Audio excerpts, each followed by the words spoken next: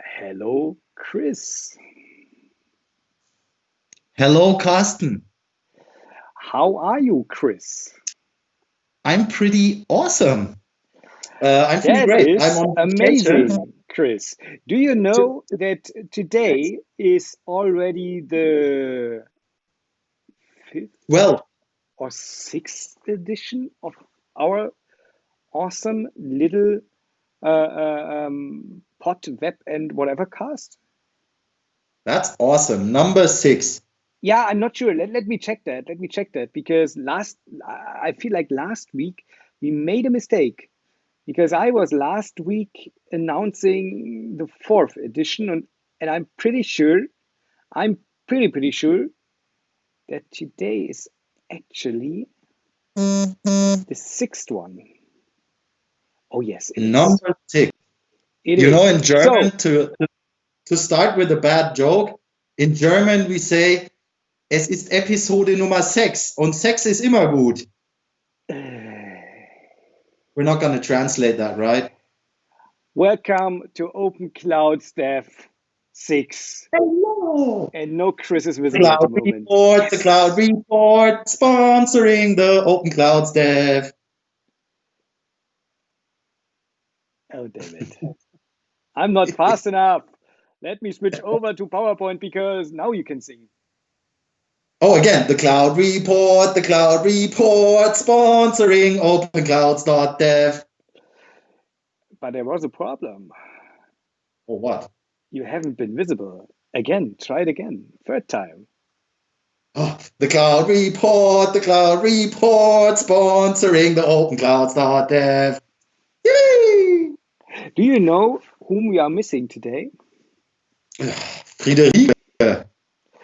Yes, sir. We miss her again. And do you know why? No. She took the right to be on vacation.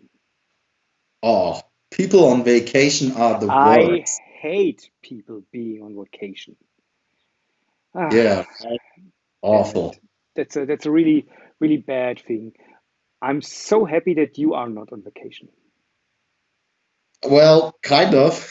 Are you on I'm on vacation? vacation, but I'm still very passionate about speaking about important topics like privacy and computers and clouds and awesome stuff. I have two more fingers. Security? Awesome. So, but Chris, what I'm a little bit interested in is what are you looking like? I'm trying to illustrate a very, very common flaw with security and privacy. Because you know what I'm doing actually here is I'm running an incognito tab with my face. So actually nobody Awesome. can recognize me. But the problem is, probably due to all my tattoos and my voice, everybody knows who I am. No, no, no, absolutely not. Absolutely not. There is no chance that anyone could be aware of who you are. Perhaps today, perhaps we should use some alias for you. Okay. How shall I call you today? Um, uh, Call me Linus. Oh, really? Yeah. Hi, Linus. How are you? Hi. Hello, everybody. I like It's nice demos. to have you. It's nice to have you on the show for the first time, and obviously for the last time as well. Oh, yeah. You know what? It's getting really hot, so I'll kind of, take off the mask and stuff. And, ooh, here we go. Oh, I know that guy. Now we can start, right? Who are you? Hello, my name is Christopher Branston. I'm a happy, fun, and open guy. I'm single, by the way, so if there's any ladies viewing, Wait. Now you can continue. Oh, I enjoy good kernels, long walks at the beach. I'm a dog person, and my favorite ice cream flavor is banana.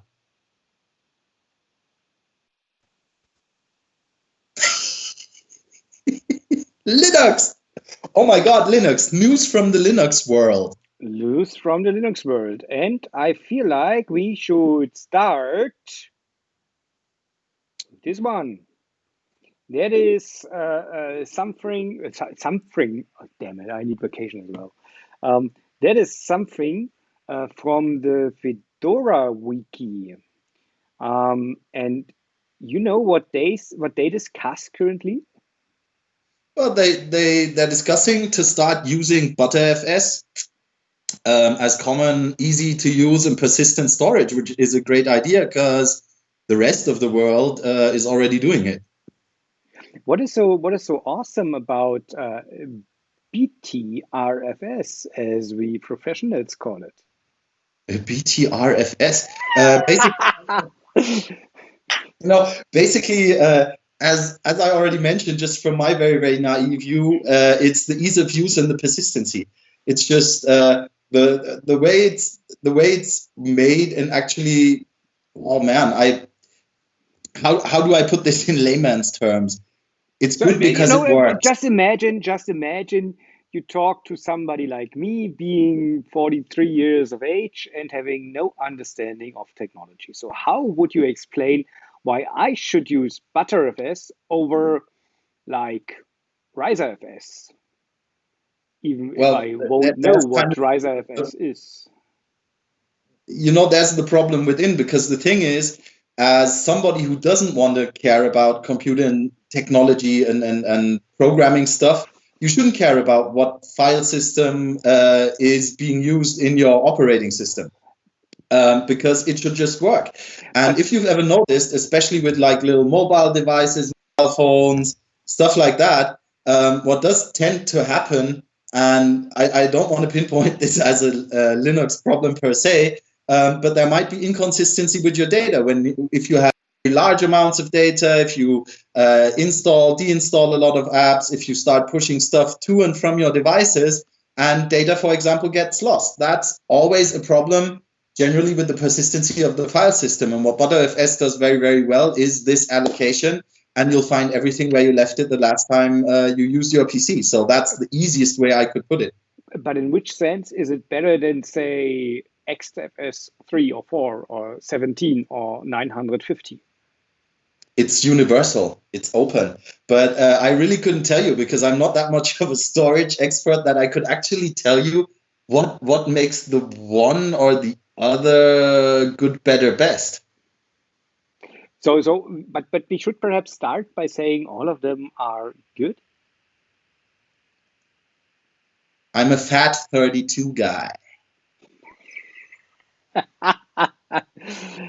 Then perhaps let's talk about something more substantial to the both of us. Shall we? Yes, please. And I feel like you will like it. Ooh. openSUSE Leap has released version 15.2 with, and I quote, new AI and ML tools, end of quote, bullshit bingo. No, but a new version of openSUSE Leap has been distributed. Yes. And looking at basically, I mean, again, our small little conversation is always a very private one. Nobody is listening to us. It's just the two of us. It's just basically two persons privately having some discussions, right? Yes. So we can be very open on what we do. But having said that, your employee is closely related to the openSUSE guys. So perhaps you have some opinion on that.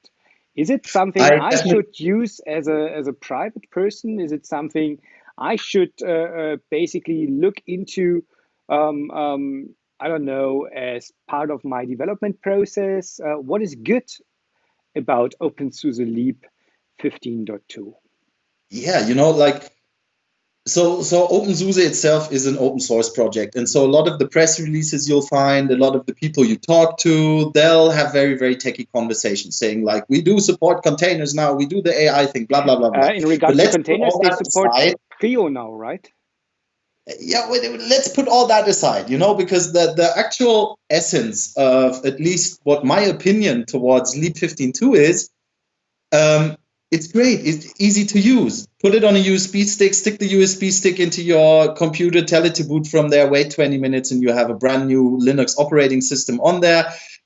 You can go into the internet, you can look at videos, you can stream stuff, you can do your emails, you can do actually basically anything you'd want to do with your laptop, with your PC, whatever it is, and that for free. And it's easy. And I started using openSUSE a couple of years ago, and there you really needed to have a lot of knowledge about Linux, about using the terminal, maybe even being able to understand Bash.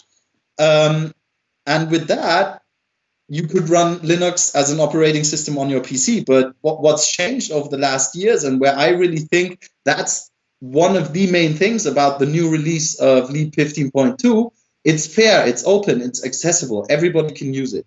You need very, very minimal knowledge of how a PC works, basically how to mount an image to a USB stick, stick that into your laptop and tell it to boot from it. But that's something Google will tell you if you don't know anyway, but it's just really, really easy to use. Now, putting the ease of use and its operating system for everyone to the side, for example, it does, in the meantime, have preloaded kind of standard packages that come with openSUSE that, for example, enable it to be an operating system for a server with anything you need onto that. And what they mentioned with this release and in the press release, for example, capabilities for container use and for artificial intelligence and machine learning, which at that point is stuff like Rook, or at that point is stuff like TensorFlow. And that for me is a highlight. Do you know what TensorFlow is? Am I allowed to ask questions? Yes, please. What is Rook? What is TensorFlow? What is AI? What is machine learning? And why should I even care about that? Oh, wow. Oh wow! That was kind of asking me for the last 7 years. You wanted to step away from technology a little bit. That was what you told me when you started your plaidoyer for openSUSE Leap 15.2, and you moved into the technology kind of thing. So yes, please pardon me as a technology amateur, which I am. Yes. What is Rook? What is TensorFlow? What is AI? What is ML? And why should I even care about that? So maybe to answer all of those questions for a cloud kind of person like you are, no, you shouldn't care about it. Because if you don't want to care about it, just book an instance at Amazon, Google, Azure. It doesn't matter. But then you don't have to care about this stuff. But one thing to answer this question, you do use Facebook. We do use the tools that we're using at the moment to stream stuff. And AI/ML is the magic of algorithms, but not stupid algorithms that just do what they're coded to do, but actually algorithms that can take collected data, interpret this data, and actually grow from decision to decision because they're actually doing some learning. The other side is, for example, with containers are little stateless vehicles to transport fun stuff like, for example, apps that you might be using on your phone and the data you want to see within the app. But yeah, there's technology right out there. But what we're starting to do with stuff like Rook, with stuff like TensorFlow, is actually we're turning the IT world around. It's not so much about learn about deep code, about binaries, about bits and bytes. And once you've started crunching all those things together, you can do fun stuff like, for example, writing an algorithm, but it's actually turning it around. It's asking you the question, what would you like to do? What would you like to find out? What would you like to learn? And so basically, as mentioned with, just for me privately, it's ease of use why I love operating systems like that. It's the same with tools like that. They make stuff like artificial intelligence and machine learning usable and easy peasy. I mean, you have what? Please It's go not ahead. about you. It's not about anything you said. It was just my family walking in this room, literally like that, trying to avoid any noise. That was just too funny to see. My apologies. And No they have problem. so much, they are so lucky that I didn't turn around the camera and showed them to the world because I could have done that. That would show you're a human being. Basically, it would prove that I have a girlfriend, right? And I have a family. For the first 6 months we talked, I figured you might be some kind of artificial intelligence. I I am, thought I you am, were I a computer am, man. I am. But take away the term intelligence. um, back to what you said. Um, and now the Google Assistant is starting to talk in the background. Damn it. Or perhaps not back to what you said, but back to what you said. Um, Leap. Leap. Why should I care as a private person from your perspective? Or should I care as a private person, basically being exposed to something like Windows all the time, or at best to Mac OS like I am? Why should I care? Should I care, or is it basically, yeah, nah, it's more for the geeks? What is your opinion on that? I mean, to be And it's an quite honest honest, question. That's an no, honest question. That's an honest question. no, it's not for the geeks only anymore. That's, kind of the point I was making. It's there for everybody. And it's easy enough to understand or for people to learn. But yeah, you as a private person, there I will have to put it back to, if you're a private person who's interested in operating system based on Linux for your laptop, then yeah, you should care. But otherwise, not so much, because we're living in a world where we use Google's Android and Apple's iOS. I And have to say something to that. Last week, last week, you moi, named me an Apple fanboy. yeah, That's why I chose to buy a new Android phone because I'm not. Just wanted to say it. evangelism that works. Absolutely. And I chose the only major free Android, free isn't free, the only major Android make that is doing Android without Google. So still on privacy. All my data is happily transferred to China now. Thank you, Huawei. That's good. Don't know. I mean, Let me put it you that can put way.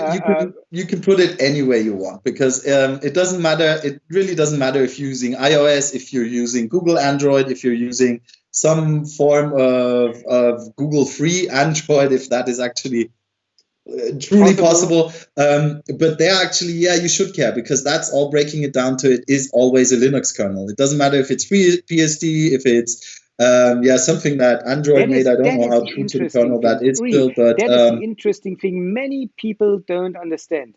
They rant about Linux, and I tend to take that position just to give you a jump start on things, right? To make you come out of the corner and start explaining, because you do that awesomely. coming up So, by Microsoft. oh, that's a nice one. But I feel like you should wear, that's an unintentional pun, you should wear a red hat. That would fit you very well. Just by the color. Yeah, Just by the color. actually, No pun intended. I've not thought about it so much, but I would really enjoy wearing a red fedora, just for stylishness reasons. Really? I feel like there are way worse things you could choose for your operating system than Fedora. Really. I truly believe that. I also think Fedora is also a very good flavor of Linux that you can use if you Absolutely. do choose to use Linux as operating system. Christopher, can you explain to me, perhaps, and we haven't spoken about that before. I mean, the whole kind of conversation we have is not scripted at all, but I don't know if you can tell it, but do you know the difference or why I would choose or should choose Fedora over, say, for example, CentOS? Yeah, at that point, you should choose CentOS if you're trying to work with a free open source distribution in enterprise, and you should choose Fedora if you're trying to use Linux on your laptop to do everyday laptopy end user things. So it's more consumer oriented. Yeah, basically. And isn't that true for openSUSE as well? Yeah, I mean, with openSUSE we have Leap, which is kind of operating system for your laptop, and we for any kind of end user, and then we have the openSUSE flavor from developers for developers, which is openSUSE Tumbleweed, which is a rolling distribution, which brings kind of the benefit of always having the newest versions, the newest packages, basically newest versions of everything that always gets pushed to your machine if you want to. I have one problem with openSUSE Leap as well as Tumbleweed. Yeah, no, I'm honest to you. As an end user, I would be forced to do a lot of things on my own to install all the required applications I need. The app situation, unfortunately, is not that good. Although many people don't know or forgot or haven't even heard about that SUSE and its openSUSE counterparts, as well as the other company with the red hats, as well as their community distributions, are basically amongst the oldest ones on the market, right? Not in regards to sheer age of a concrete distribution, but in regards to history. So they were basically the ones, in the very beginning, and then later on came something like Ubuntu and took over pretty much the market in that regard, and then Mint and what the distributions are called. But the problem for the SUSE, for the green distributions as well as the red ones, is basically the app situation. You have a real app gap.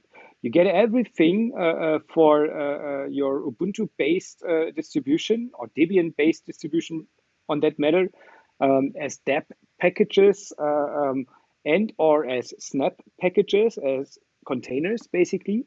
And on the SUSE side of things, you still have to compile things in worst case, or look for things, scroll through endless lists of how would you do that, kind of forum postings.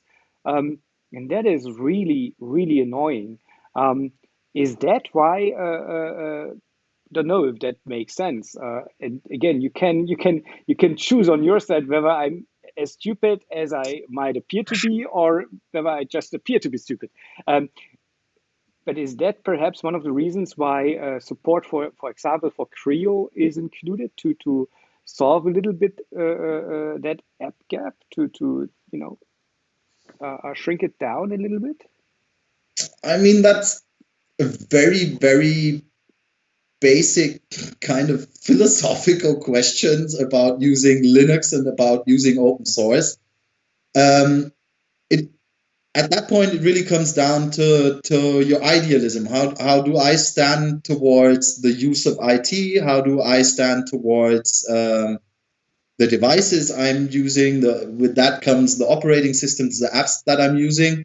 And maybe to take a better real life example. At the moment, if I go to town, in a lot of the coffee shops that you have, if I want to grab a coffee, they'll give me a coffee to go mug with a plastic lid and probably some kind of print on the cup. And it's just not very environmentally friendly, but it's there, it's just there. I can buy it, I get it. And I have a coffee, problem solved. I wanted a coffee, I'm drinking a coffee.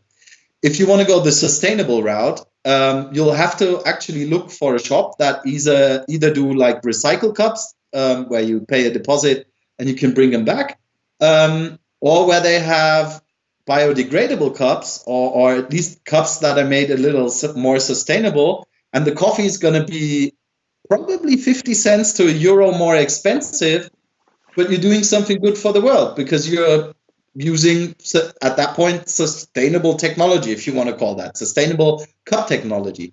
But it's going to give you a very, very good feeling because if your idealism tells you, I like coffee, but I don't like destroying the climate, then yeah, you'll have to put in a little extra work to actually get the coffee in the cup that you desire because it gives you a good feeling of being sustainable.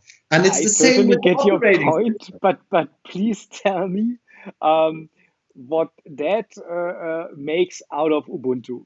So Ubuntu So, is not you know, sustainable. it's the same. You know, the question is when it comes to my operating system that I use, do I just, is it important to me that it just works and I couldn't care less what the technology behind it is? Hey, then, buy an Apple device, buy an Android device. It's just there, it works. But you'll never have the chance to actually know the inner workings and know we've already talked about this a million times, big billion-dollar corporations are anything but sustainable.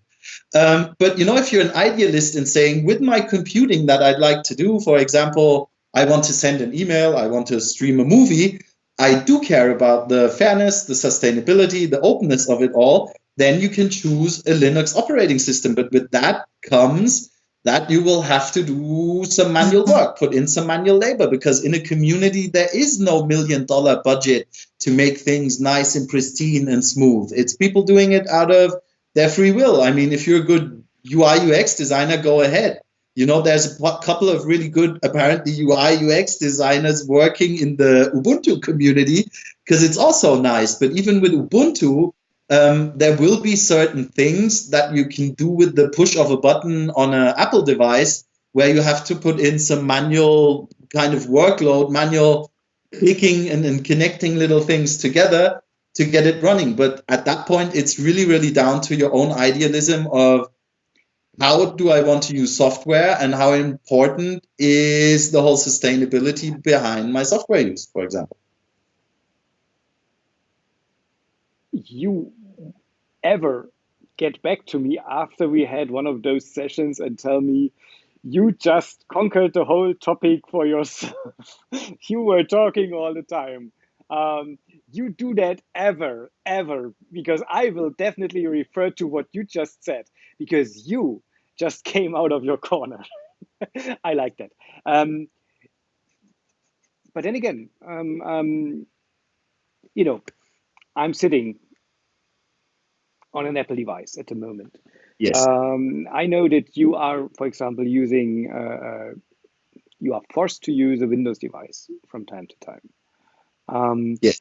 And although we feel like they have strong disadvantages in regard to sustainability, perhaps to control over what you do, we are still forced to some extent to use it, either by our companies or perhaps by the sheer fact that we do not want to tinker around with our systems. We just want them to work in that regard. So what makes that for Windows, pardon me, for Linux on a desktop? Because frankly, I feel like 99% of all the people do not want to look into manuals to install a software. They do not want to I don't know, query some forums to understand how to make some kind of driver work or some sort of hardware work later on. Isn't that to some extent the death of Linux on the desktop? And speaking of that, why would it anyhow make sense then to develop something like Leap or Fedora, or be it Ubuntu in that regard, if it's just for freaks and not for the masses? Or doesn't it matter at all because it's the 1% that matters? What is So your take on that? we'll take You see, I'm getting a little bit philosophical at the moment. we can take another real life example. So, for example, in order to be able to drive a car in Germany and anywhere else on the planet, you need a driver's license because the state says, I'm not going to let you participate in something where there's a lot of people around and where there's interaction going on without you having understood the basics of, for example, how driving works. Yeah. And if you're not willing to take the driver's test, then don't drive a car, call an Uber. And basically, it's the Which same is not allowed situation. in Berlin, but that's a different story. Okay, or call a taxi. And basically, it's the same with this whole operating system stuff. Actually, if you want to be called an operator operating an operating system, maybe you should take the time to understand the basics of what you're doing there. And if not, buy an Apple device. It's kind of the Uber of devices. Give me a second. Just go ahead. Give me a second. Please go ahead. Ooh, yeah. And all I'm saying is it's not for nerds, it's not for freaks. But yeah, Linux is gonna in some form be a technical topic, and maybe hey, Linux could be your entry into learning IT.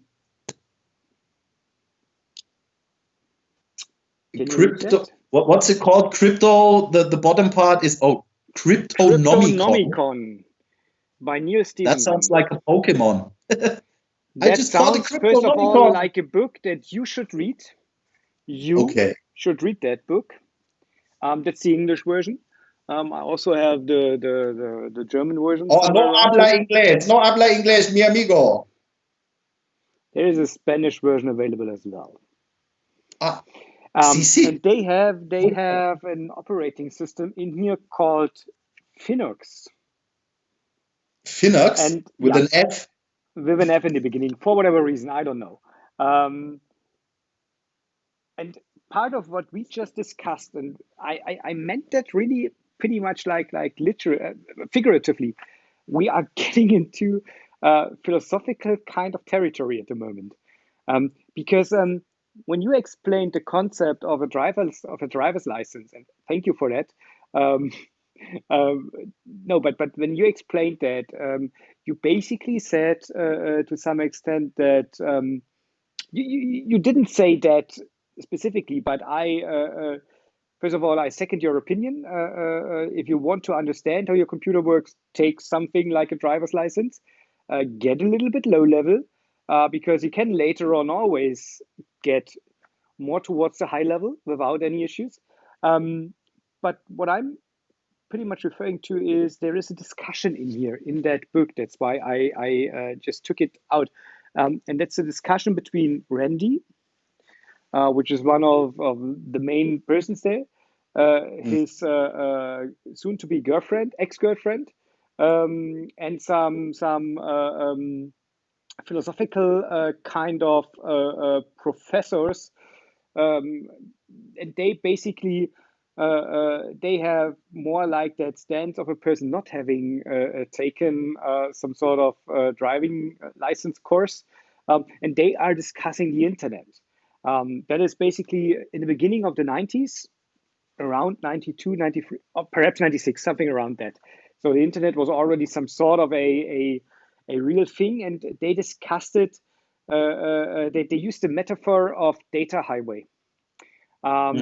And Randy, the tech nerd, basically he understood himself to be a hobbit in that regard, and he basically just told them to shut up because the metaphor is simply not working because they have no understanding of what is going on. And that starts a very interesting kind of conversation of who is basically saying that a metaphor does not make sense, and with which reason, and why, and so on and so forth. And basically what you said reminded me on that, because just the two of us, because it's just the two of us. Now nobody is listening, nobody's watching us, it's just the two of us, always. Because we value privacy, but that's a different story. The two of us, we are basically Randys in that regard. We are basically the ones knowing it, having learned about it, got deep into it, who understood it, and who are basically telling all the world outside that their bubble is not going to work and that their a kind of metaphor is basically an invalid one. Um, but on the other end, there is that crowd, basically the 99% outside, which is just looking at us or at Randy, for example, with huge eyes, and they basically feel like being left behind because we are too technical, we are too advanced, we have too much understanding of things they never will understand, and they simply don't accept the concept of some sort of an internet driving license, whatever. Yeah. And that's basically we are basically just shaping on, or we are basically not shaping. We are basically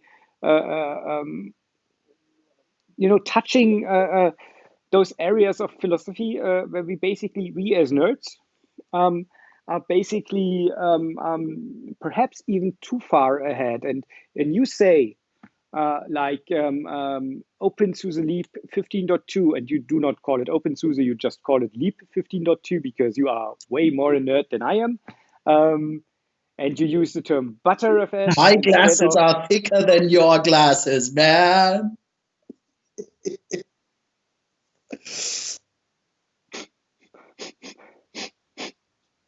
No, don't cry. I couldn't care less because I have the Nike logo. Does it focus? It does. And you don't.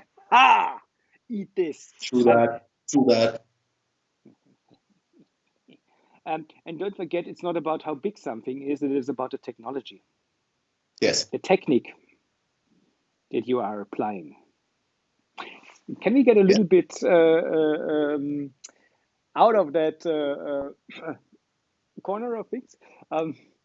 No, but the point that I just tried to make is, and I'm really thinking of that quite honestly, because it's not just the operating system. It's more like everything around us. We understand ourselves as open source advocates.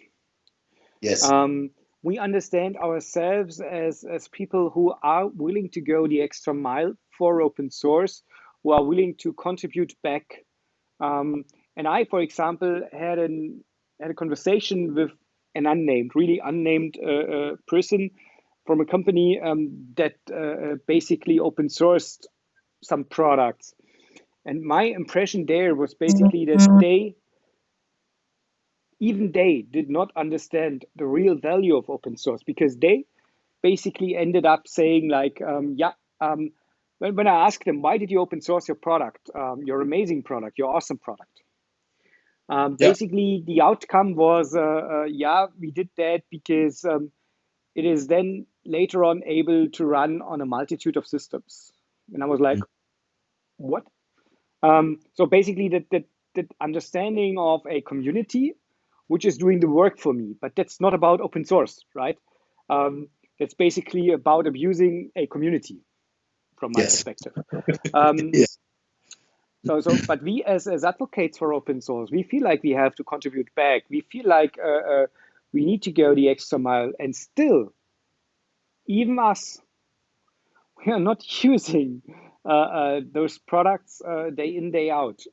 I'm using macOS because Mhm. it's more comfortable. It's perhaps, it's running the one or two kind of programs I want to run because they are not available on the Linux side of things, such as Lightroom or Photoshop, although you have GIMP, but I would wish the GIMP project would acquire some sort of a user interface designer. Anyways, the point that I'm trying to make is it perhaps that our stance of open source is too far off for the masses? Are we too far away from them to reach them? Because when I reached out to my family and say, why don't you use Linux on your desktop, for example? I would install it to you. You can use a browser. You anyhow do all the time just browsing. So where's the Yeah. problem? You could use a secure browser. You could use it will be updated automatically. It's there's way less surface for attacks because it's never ever going to run with elevated privileges and so on and so forth. The reaction was all the time like, yeah, no, I stick with Windows because Windows. Um,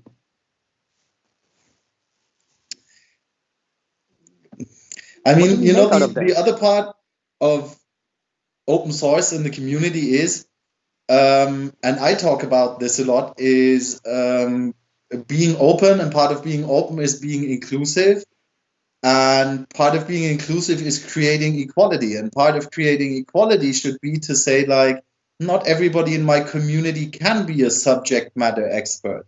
And by doing my work or doing what maybe I can do best, because in a community there'll be a lot of different jobs, um, I can enable something for somebody else. And as an idealist, I'd say everybody who uses something I've created with a community also gives back to the community, but that's just not how the world works. And that's just a part of the kind of big ethical and moral acceptance you need to have. On Google, when you use Google Maps, there's probably only about 2% of the worldwide users who write reviews, who do edits, who upload photos, and everybody uses it, but only a very, very small percentile is actually people who contribute. And that's okay.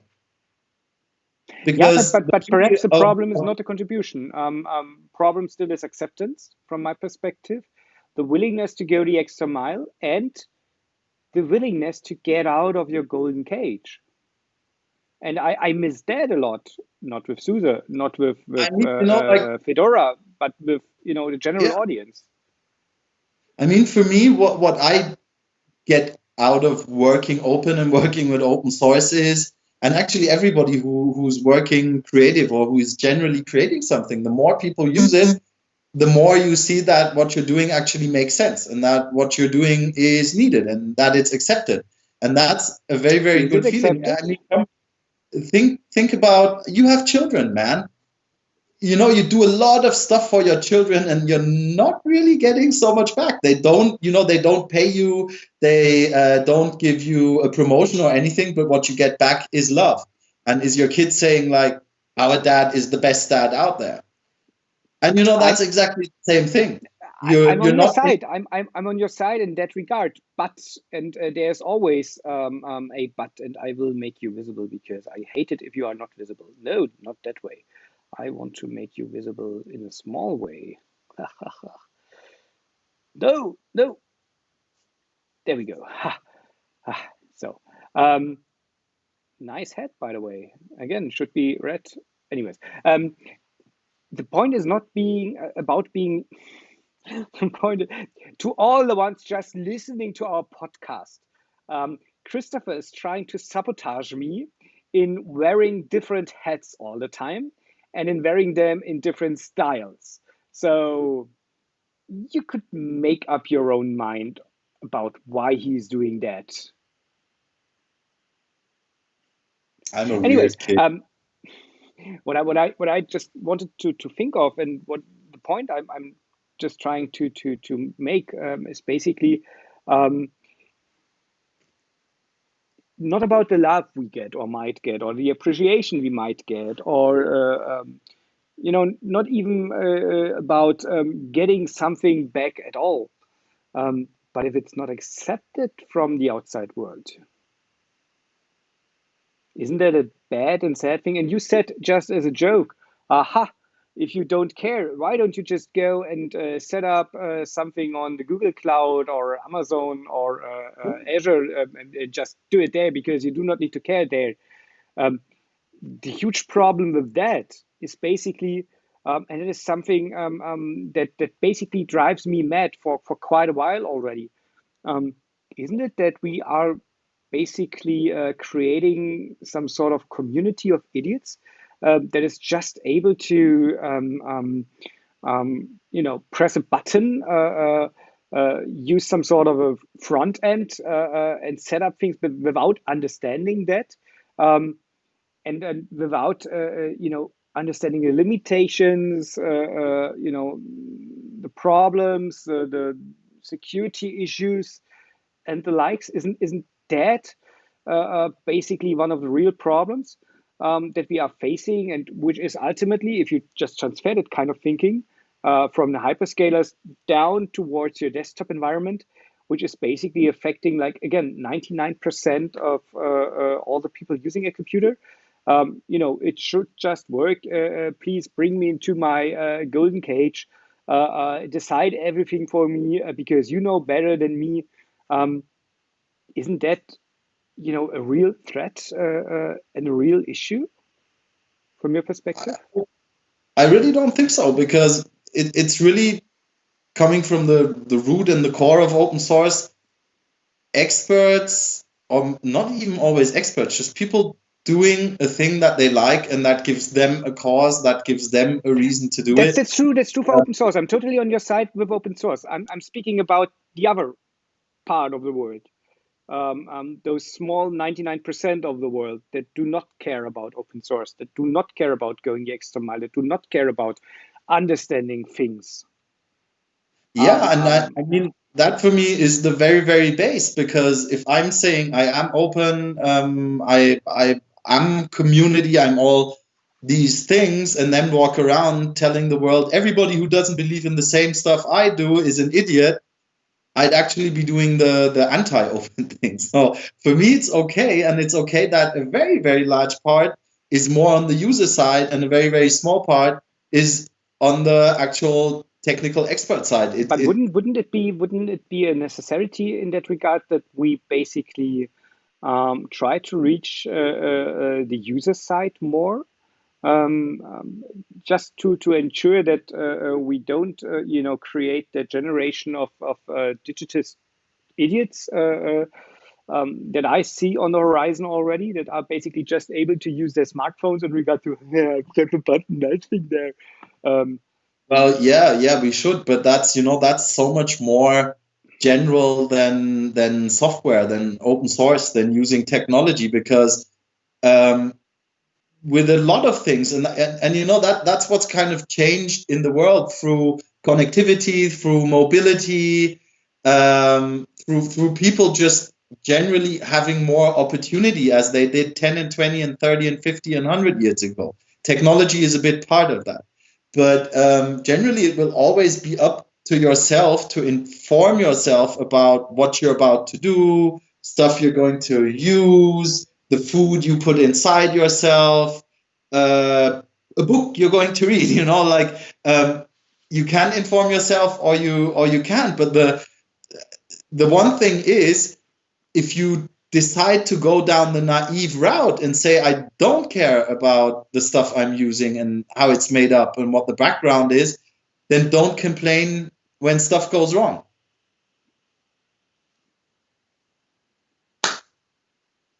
Oh, I'm sorry. I'm totally on your side. I was just recommending a book. I mean, yeah. For me, I'm too negative the interesting fact. To sum that up, I'm a little bit too negative on the good things openSUSE Leap brings onto the market, not because of the technical excellence in there, but because I am afraid that it's basically just a drop in the ocean. Is it perhaps my fault then? No, it's never too late to change.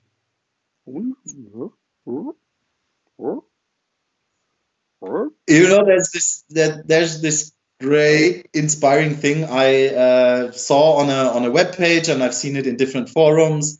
I could, for the life of me, not tell you where the actual origin is, but I see it plopping up in the deeps of the internet and open source, and it's treat open source as open source treats you. And that, for me, perfectly sums up why anybody should be using, for example, in this case, stuff like Leap or not, why people should care or not, why people should contribute or not. Do you use it? Yeah.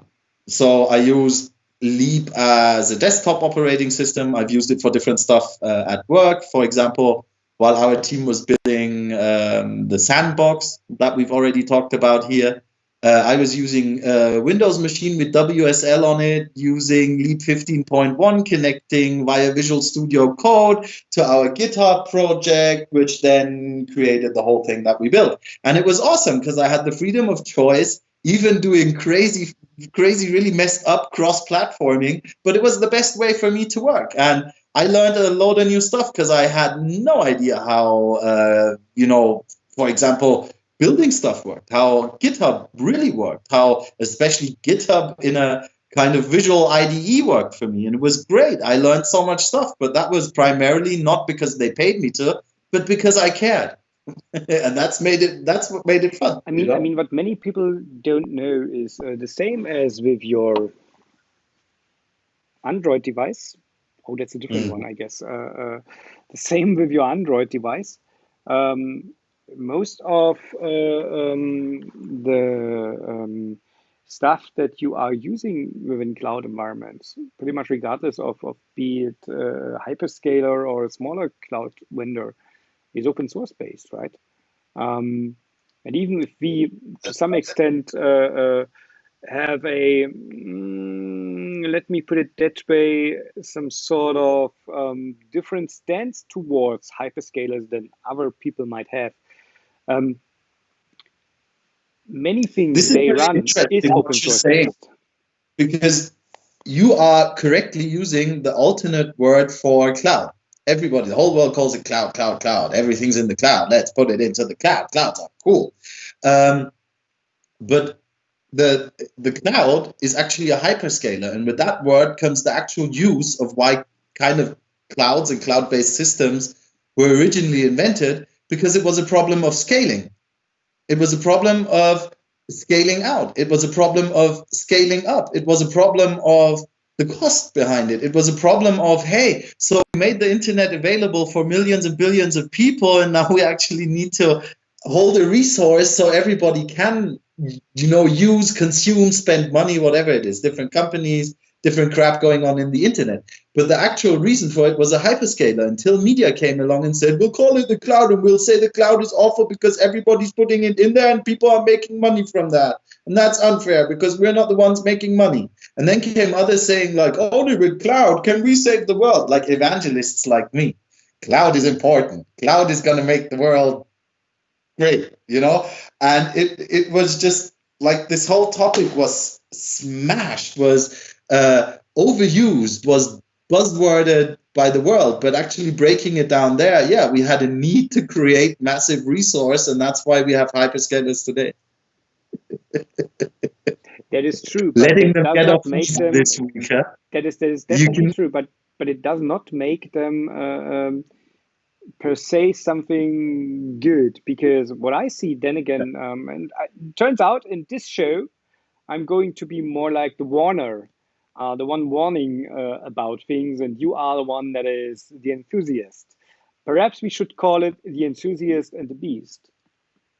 No,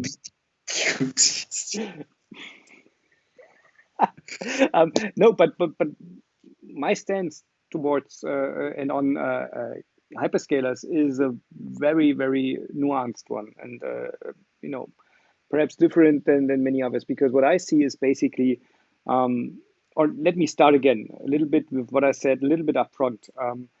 I fear that we are creating generations of digital idiots at the moment. Yes. And a huge part of that is basically the tendency to put everything onto hyperscalers cloud environments. Problem with that is basically, you should understand it properly. You understand it properly, but to all the others listening or watching us, what is a hyperscaler ultimately? It is just a huge outsourcing company for your infrastructure. You source it out because absolutely, it's other people's service. That's basically the definition of cloud. You basically outsource everything from your own data center or from even your own server room. where you basically have control over it end to end, into an environment where you have,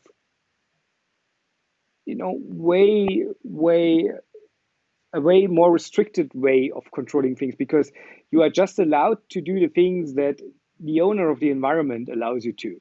And that is basically you outsource your whole infrastructure into a huge data center. Again, that's a data center and that's infrastructure that other people own. You have to play by their rules. And what that basically ends up doing is you do not just outsource your knowledge, pardon me, you do not just outsource your infrastructure. I ruined basically what I wanted to say. You outsource your knowledge as well, because they give you easy to use tools, or the tools that look like being easy to use, those awesome kind of dashboards and so on and so forth, where you just click around and basically set up your ecosystem without actually knowing what is going on, because all the complexities are then taken away from you, which then again leads me to the direction of what we had with Linux a little bit upfront. And you just basically use their ecosystem, their tools to outsource your IT. So far, so good. But again, the problem is you do outsource your knowledge. You do outsource your understanding of the complexities. You do outsource your understanding of how those layers interact with each other. You end up being some sort of a digital idiot. I cannot paraphrase it differently.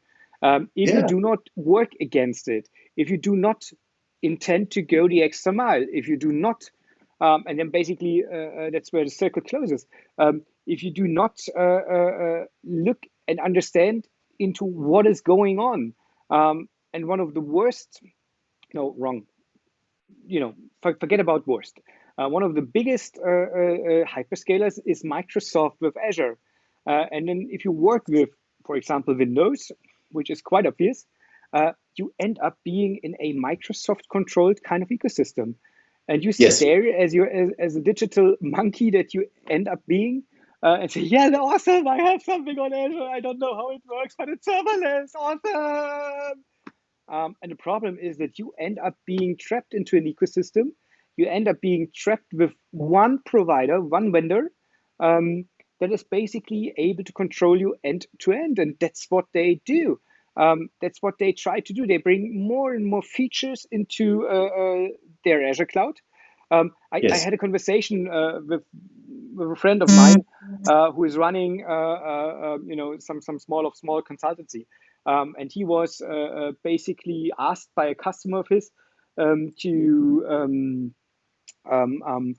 to provide him with a quote of an Exchange server, and it ended up for the customer being like, I don't know, 20k euro in licenses.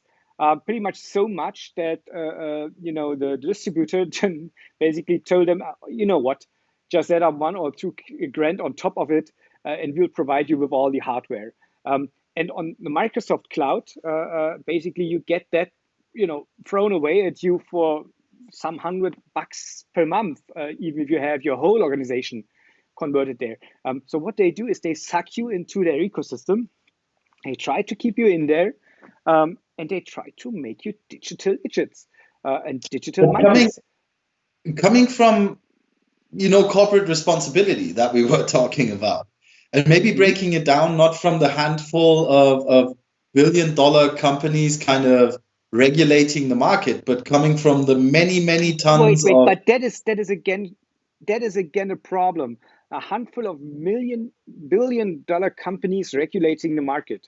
That kind of regulating the market, because that's what they do. They basically end up sharing the market between themselves. There's no real competition anymore.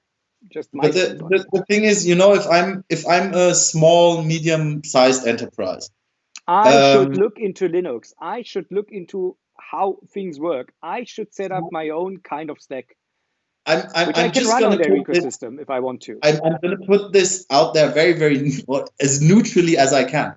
But if I'm a small and medium-sized company and I deal with customers and I deal with customer data, and some of it really maybe being very, very private data that shouldn't be leaked.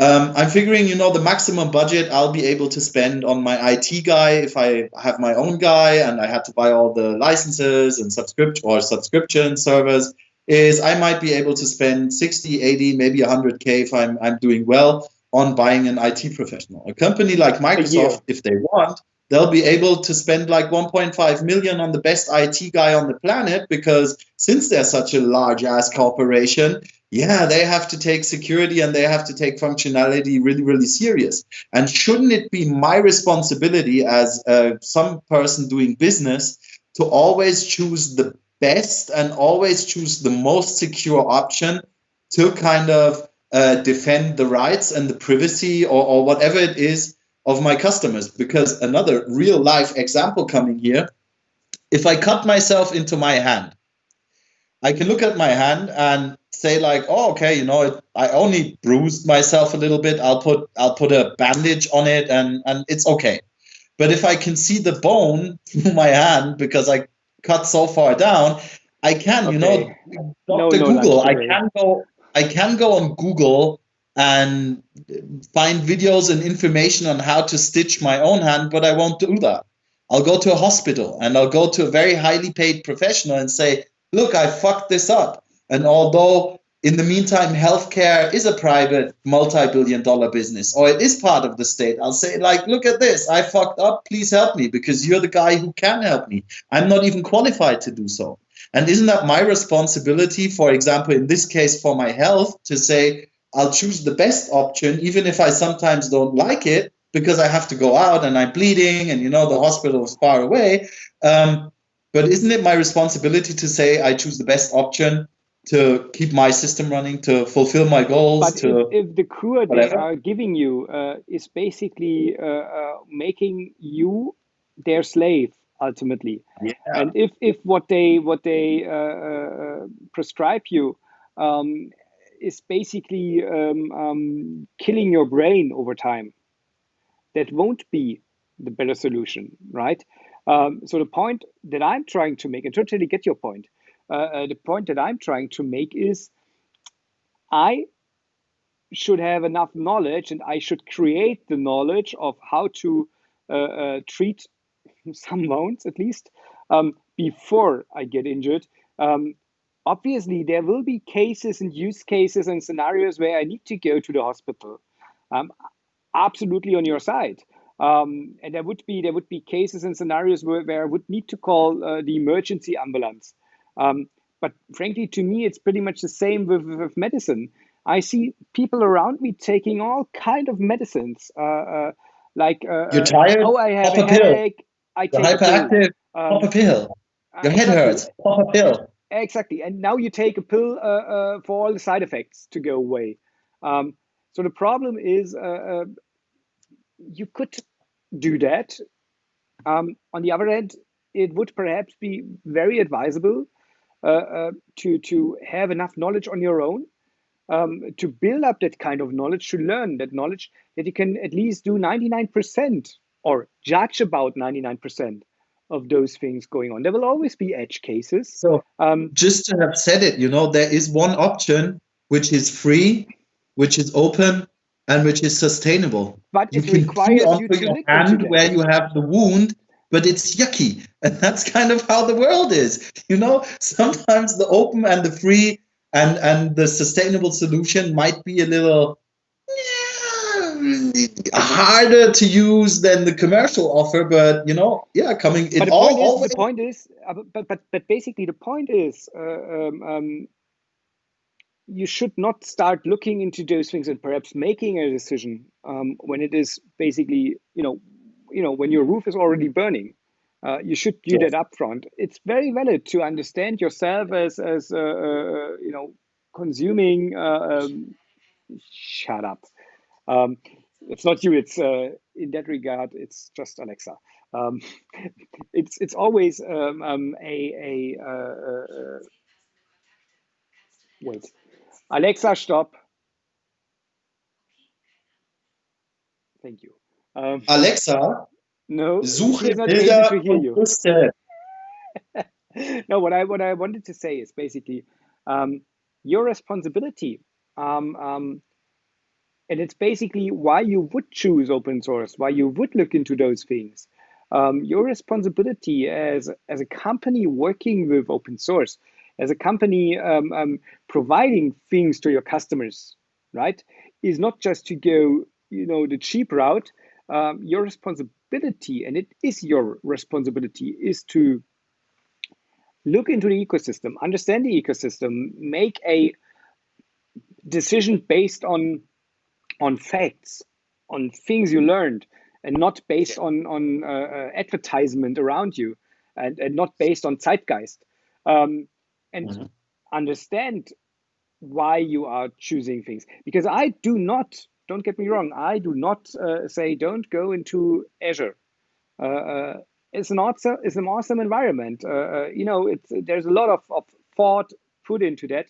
But what I say is, go in there, set up your own stack, because that is what Christopher told you up front when he said, yeah, you could just leverage your virtual machine there with some Linux, because there's no risk on that. Just set up your own stack, understand it, and then run it on that ecosystem. But don't make yourself a slave of that ecosystem, right? Yes. But again, 99% of people will tell you, it's so much work. I need to learn so many things. I was learning in school and in university and in college. I do not want to learn ever again. They have nice, nifty little pictures, and the architectural diagrams are looking great, so I can put them into PowerPoint and make my presentation. And that's why I choose Azure.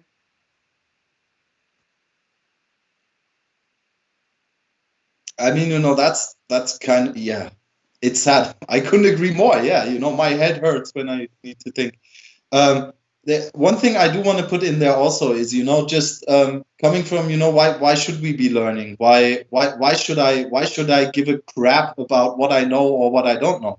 And there's one cool thing that a guy called Oren Harari said, and it's about innovation, and it's about how stuff and how ideas get to be the revolutions they sometimes are. And Oren Harari said, the invention of the light bulb did not come from continuous improvement of the candle.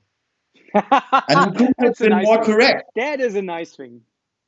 And, I come from a very German, and with that very conformist household, where I was told basically, because somebody's older than you, because somebody's been here longer than you, he knows everything better. But that kind of was the kickoff for me and my pioneering spirit, saying like, no, it was what you know better might have been fitting for the time that you grew up in and for the situations you faced. But I'm a whole different generation. I'm a whole different kind of person, and I cannot rely and I cannot feed myself on everything that's just been pushed into my brain because it's always been so, but actually going out there and challenging the standard and saying like, I want to do something different. I want to create my world with my view, with my opinion that gives me a sense of living. And that's so beautiful, because that ties into everything we've said within the last, I don't know how long we've been online again. And with what we said last time. Then again, with privacy and security and so on and so forth. We've been online for 1 hour and 10 minutes so far. No, I'm wrong. 1 hour and 8 minutes and 30 seconds.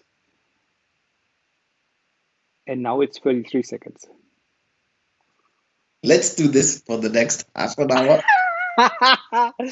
And now it is 1 hour, 8 minutes and 43 seconds. But what I would really like to say here, because I've just realized this while kind of we were playing this, one guy, this back and forth game, one good guy, one bad guy, whatever it is.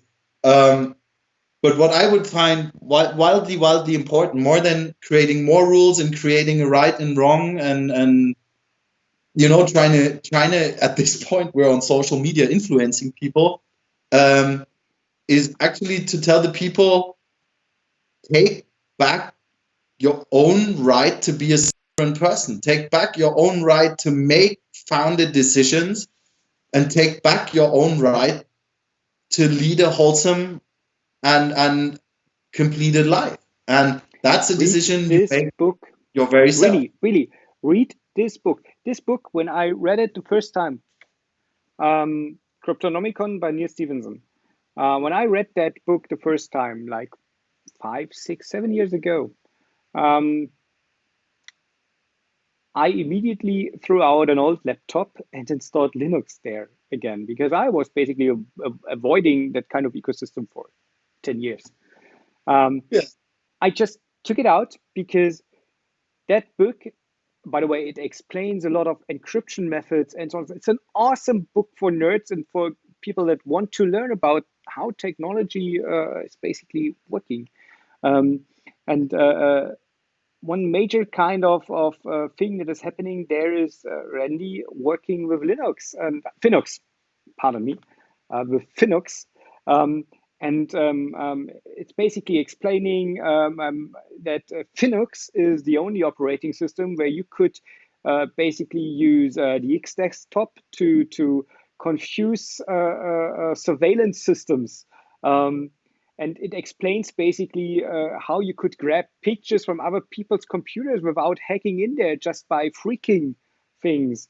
Fun egg freaking, for example, and how you would and why you would want to set up security on your system, and why you want to have something like privacy, and how easy or not easy that is with Finux.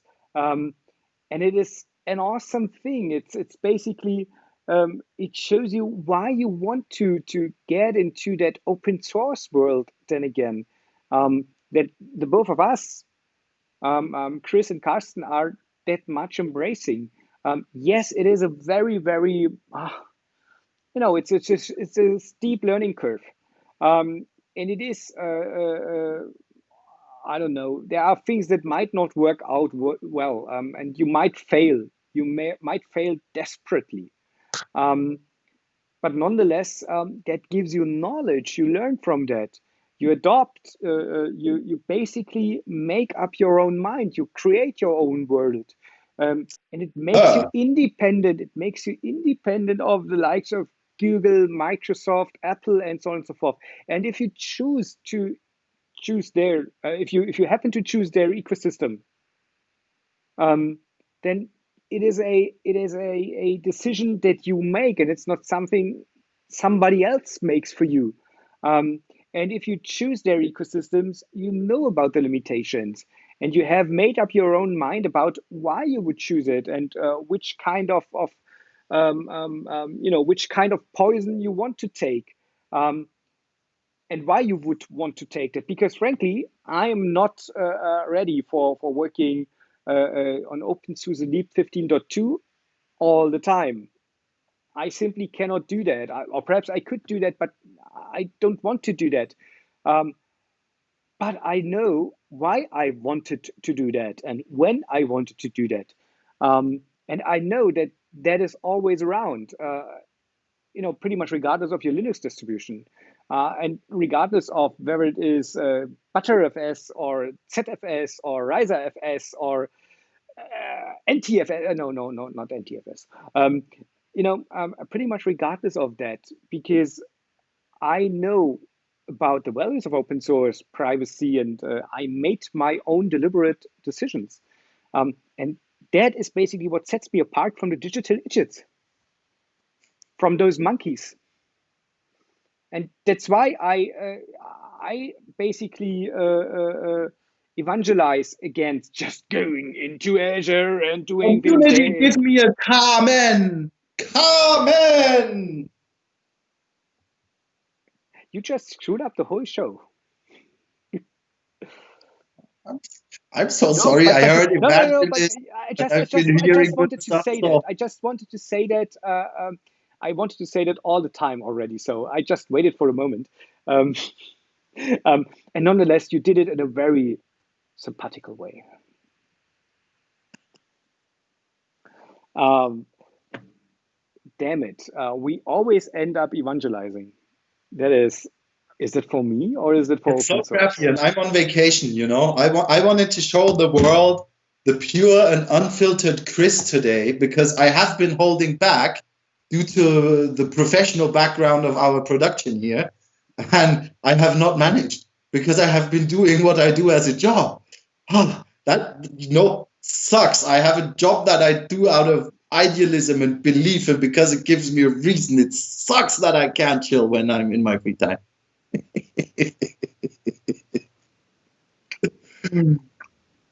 Can I get a comment? No, you cannot. Oh. I'd be a. No. How would you? No. Oh, the Cloud Report, sponsoring open.clouds.dev. And now together, the Cloud Report, sponsoring the openclouds.dev. You won't ever get me to sing. Maybe if we do get Friederike on a call at some point, she'll sing a duet with me. I'm pretty sure that Friederike will be at the show, perhaps not today, because vacation, and she takes that seriously. Other than you. But she will be back from vacation, I'm pretty sure. And yeah, I feel like when she's on vacation or when she's back from vacation, she should sing a song review once we see that logo. Ooh, the Cloud Report, sponsoring openclouds.dev. See how it's triggering me? Oh my God. It's awesome. It's awesome. I try to avoid it, but it's something like a drug. You cannot avoid it. It's and that is the way that we basically interact with each other as well. Well, it's like a traffic accident. You cannot look away. What I really enjoyed today, and maybe if people do view this until the end, do give us feedback and do write comments, because we only had 2 pieces of news today, but we discussed about a whole world of things. As we did last week, actually. And I think that's pretty awesome and great, because you also kept asking the question, if I'm not a tech guy, if I'm not a developer, if I'm not working in the field of IT, what does this all mean to me? And I hardly ever, I'm asked very, very often, what does this mean to my budget, and how many millions am I going to make, and why should I invest in stuff that you're telling me about? But nobody ever asks me, why should I care? Why should I as a human care? And you did today very, very often. And I haven't seen this in any of the other web formats. So I think we should continue doing that. But, I want to give the people what they want. So please tell us what you want. We'll do anything but nakedness. Oh, what a relief. What a relief. Well, you know what? Let's end it on those words. It cannot get any better. Thank you, Internet. We won't do nakedness. Being part of this. I am going to go back into my vacation and use the Internet what it was made for, streaming movies and looking at naked ladies. Bye-bye. And I won't cut that out. I will leave it in here. And I will blackmail you with that. Why? It's on the internet. You can't blackmail me because everybody can see it. Then I'll blackmail it. Then I'll blackmail you with the threat of cutting it out. Censorship, yeah. That's why you're using your Huawei phone now. Censorship is your. I do. Learn from the best. Learn from the best. Enjoy your week. Chris, enjoy your vacation. And thank you for taking the time today. I really appreciate it. Looking forward to next week. Next week, sir. See you then. Bye. The Cloud Report sponsoring.